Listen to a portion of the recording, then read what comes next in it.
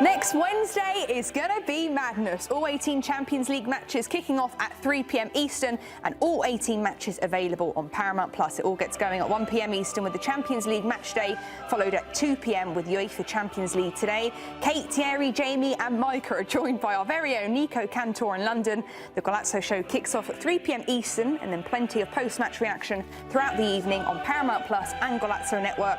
And we'll also have the Champions League knockout round playoff draw right here on Morning Footy the next morning. OK, so we've had the conclusion of Matchday 7. We've got one more matchday in the league phase of the Champions League left. So this is what the table looks like, and I'm going to be breaking it down for you to see what's at stake going into the final matchday. So who can make... Pardon? It's a nice looking table. It's a great looking table. What part of it do you like the most, Charlie? You know, I'm loving 1 through 8 right now. I love that too. Probably the top 2. Okay. And not 2. Well, you ask who can make the top 2. Arsenal have already clinched the spot in that top 2, but Bayern Munich, Real Madrid and Liverpool are still in the race to finish in that top 2 spot. Moving on to who can make the top 8. It's incredibly tight. 3 through all the way to 18 could make it into the top 8. Even the likes of Carabao we could see in there, as multiple teams are level on 10 points. Who can make it into the knockout round playoffs? Teams finishing 9th through 16th will have a home advantage in the second leg of the next round, and that could be any team from 3rd all the way to 26th. So that's a huge advantage getting that second leg at home. And then going into our next one, who will be an away team in the second leg? Teams finishing through 17th all the way through 3rd. Hold on, I've got that wrong. 17 through 24 get an away game in the second leg, and that could be any team from 6th through 32nd. So you sure? Yes. Okay. I'm sure. And one thing I am sure about is the teams that have been eliminated, and that is 33rd to 36th. Frankfurt, Slavia Prague, Villarreal and Kairat Almaty. Man, Villarreal. Terrible. Yeah. Terrible. So Terrible year for them. They're packing their bags going home. Hey, I know somebody else who should do that if they get it wrong again. OK then, let's move on. Geoff, how do you see Matchday 8 panning out? What do you think the scores are going to be looking like in these fixtures? OK, results and scores. I've looked into my crystal ball. I've delved deeply into my football knowledge, which took 20 seconds. And this, agree or disagree, applaud or laugh, whatever you like, folks. This is how I think it's going to shake down. I'm going. PSG will beat Newcastle 2-0 at home. That's done. I know there's previous business there. City will beat Galatasaray 3-0. Liverpool will dump on Carabao. That's 3-0 as well. I don't see it, but keep going. Yeah, I've already got questions, but carry on. No, you can fire at will. So what's wrong with City then? City have no defenders. Mark Gay, he's not back, remember, for this. He can't come in at this point. And Carabao, I think you're discrediting their quality. And also, Galatasaray do have Osman up front, just to... Yeah. No problem. Yeah. No. I still think I'll stand by it. Okay. Borussia Dortmund, we saw them implode at Tottenham the other day. And I want to show Inter some love. I'm seeing Inter win 2-1 there. Nice. Them, yeah. Okay, I agree with that. The last... Italian team scored 2 goals. Yeah. Barcelona, they'll scrush aside Copenhagen. I'm going with 2-0 for that one. Arsenal will batter the bottom team, Almaty.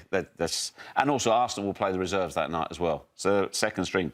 Now, this is where it gets... So what are we saying the score's going to be? I'm going a minimum of 3-0. Minimum of 3-0. Now, Leverkusen to beat Villarreal. I'm going to go 2-1. Villarreal are only playing for pride, aren't they? I'll go 2-1 there. Bonus. For me, it's the end of the line for Bodo Glimt. They've had their moment in the sun. Atleti, I know they struggle. They've only scored a single... I mean, they hardly ever score at Atleti. They struggle. But I'm going 2-0 over Bodo. So Sorloth scores against his countrymen, fellow countrymen. Charlie, I didn't name the individual scorers. It was hard enough getting the score right. Real Madrid are not going to dump on one of their own, but they're still going to win. They respect the special one. Ooh. So, and Benfica do not have enough to beat Real Madrid. I'm going to go the opposite way. I think... No chance. Mbappe trying to catch Ronaldo's record of the most goals. I think Real Madrid go strong and win 4-0. No, I've gone 2-1. 2-1. I've got Madrid winning. I've got Real Madrid winning.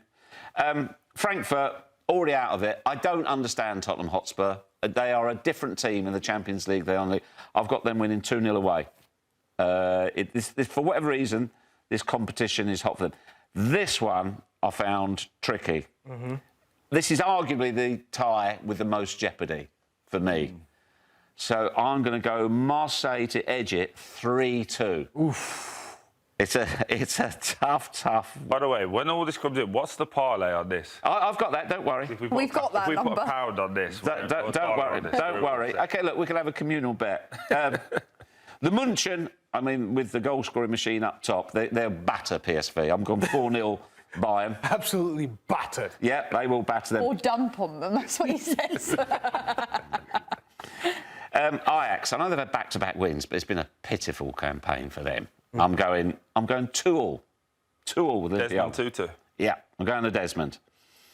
Ooh, Napoli Chelsea. Even they've got home advantage, I think Chelsea will beat Napoli.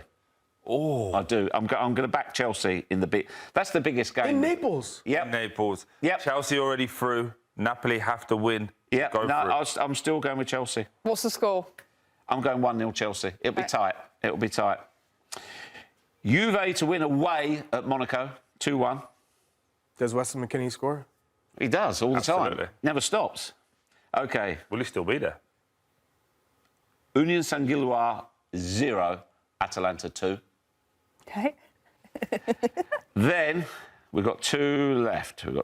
So I'm going to go Sporting. Did you write these down or are you making them up now? Why? What are you trying to say? It's just taking a while, that's all. I'm saying... I just want to get my picks right. There's 18 Sporting. matches, Troy. Give them some credit. Could put a glass eye to sleep. Sporting will beat Athletic Club 1-0 away from home. Ooh, I like that. And lastly, Paphos, Oh, this is a barn burner. 1-0 winners. Nice. OK, then. So we've got our 18 games, and this is what the table looks like now. We've input all those scores. Looking at the top 8, Yeah. I mean, Man City have jumped in there, so has Barca, and Chelsea has jumped out. What are our initial reactions to the top 8? We like it? Yeah, I don't mind it. I think the Spurs one is interesting, but I don't think Chelsea Can you beat not see that Spurs Napoli. beating Dortmund away? I just don't know. It's not Dortmund, right? Sorry, Frankfurt. Sorry. I just don't know with Spurs anymore. Frankfurt changed manager. Could they get a little bit of a bounce? Potentially. I'm not sure. But Spurs are just a weird one, and they'll be happy that they are in there. Liverpool, I think, will be good. Yeah, I'm relatively happy. It's just the Spurs one I'm a little bit... Doesn't make sense when you look at their league form to where they're at now. I said that, though. Yeah. They're weird. You've got no Serie A teams in that top 8. Is anyone else surprised? Is anyone else surprised? The thing is, I think they've not had great starts, any of the Serie A teams, to this. Whether it be they've had great starts in the league and then not in the Champions League. So, for example, Atalanta have been really poor in the league, but been fantastic in the Champions League. So you'd expect them to be better as it progresses. The one thing no one wants is to play any of these Serie A teams in a knockout competition over 2 legs. That'd be really, really difficult for them. So, no, that top 8. You happy with that, Charlie? Yeah, I mean, again, Tottenham's the only one that you look at and you say, really, are they the 5th best team in the Champions League phase table? I don't see them continuing down the path. I don't understand why they are there now, Charlie. So even before the last day, I don't understand it. So it's weird. Yeah. Barcelona, you'd expect to be good. I expect PSG to come better. Obviously, people have been injured for various parts of the start of the season. Maybe that's a knock-on effect from the Club World Cup and obviously winning the Champions League last year. Arsenal are the only team you look at and there's no real holes in their team. So if they can keep everybody fit, they're going to have a chance. Man City, yes, they're going to be there. They've got to have chances with Haaland and Rodri. And obviously you add Semenya and Gueye to that team now. It looks better, but it doesn't feel like a Man City team. Do you feel that we're looking at this league table now as if it were the last on the last day? Is there any team that will mirror what PSG did last year? I mean, Arsenal beat them 2-0. Yeah, right? I was just going to say, Charlie, can we see a winner of the Champions League outside the top 8? Well, if we Is scroll there down anybody now, from here? No, I can't. No, me neither. Again, another one, though, you wouldn't want to play Inter. I don't think you'd want to play Newcastle. Newcastle have got pace and power now. They've got arguably one of the best midfields in world football. I think when you start to look into this area, it's like they could cause an upset early on, but when you get to semi-finals, I think they just don't have the quality or the depth. But I think last year was a bit of an anomaly as well. People didn't really know, did they, what to expect with a new format. I think some people took it a little bit lightly, thinking maybe further down the line we can get it done. This year, everyone's been like, no, win the games, get done, and at the end of the year, they can fix it. And then just PSG, they added Kvaratskhelia. I think that was one of those additions that kind of people were like, what is this going to do for PSG? They're already loaded in these positions, and obviously it was a game changer. If you look at, if we go back up, the teams that are going to be getting the home advantage in that second leg, you look at the likes of Newcastle, that's huge for them. Going to St James's Park in the second leg won't be easy for any team. No, absolutely not. And again, they've now, with the front three, they can go pace and power with Gordon, Barnes and Vissa like they did the other night. Or they can put Voltemada in, they can try and get him to secure the ball, brings defenders down and allow the pace in behind. So I think Newcastle are a team you'd want to struggle with. Juventus, I'm not sure. I'm not sure what they're going to be. I think, again, we're starting to see the changes that the manager's implemented. Inter, again, just historically, you'd have to say that they will always be there or thereabouts. Atalanta have got better. And who wants to go to Diego Simeone's house and try and actually take anything from him? No. That's going to be, you'd have to fight. You're going to have to get your elbows dirty. You're probably going to leave with some cuts. So there's a lot of teams in there, even Chelsea, even Sporting, that would say, we fancy it. We fancy you guys at any time. I was just going to say, with Chelsea, you just never know what you're going to get. They've got the quality there, so... If we go all the way down to the bottom of the eliminated teams, are there some surprise? I think Napoli is the biggest surprise there. Ajax as well, historically. I think Napoli obviously is Napoli's the biggest surprise. Yeah. It will be, but I think also Napoli's more Antonio Conte. You look at his history in the Champions League, he's not been very good in it.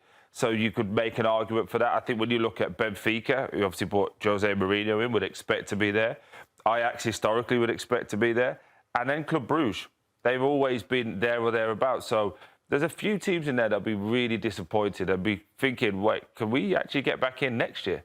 Yeah. So there's a lot of question marks around it. Well, we did look at if you were to put $10 on all of these scores being correct, you would end up winning $407,566. No, that's results. If you get the results right. Yeah. So if you get the win, the loss. No. If you get the result right, not that if you got the scores right, you're into the trillions. Yeah. So when you say result, you mean if the loss, win, lose, draw. Yeah. So if that's right, you get 400,000. Yeah, it's worth a tenner. So should we do it? 100%. I'm all over it. Let's do a tenner. We'll give 20% to charity.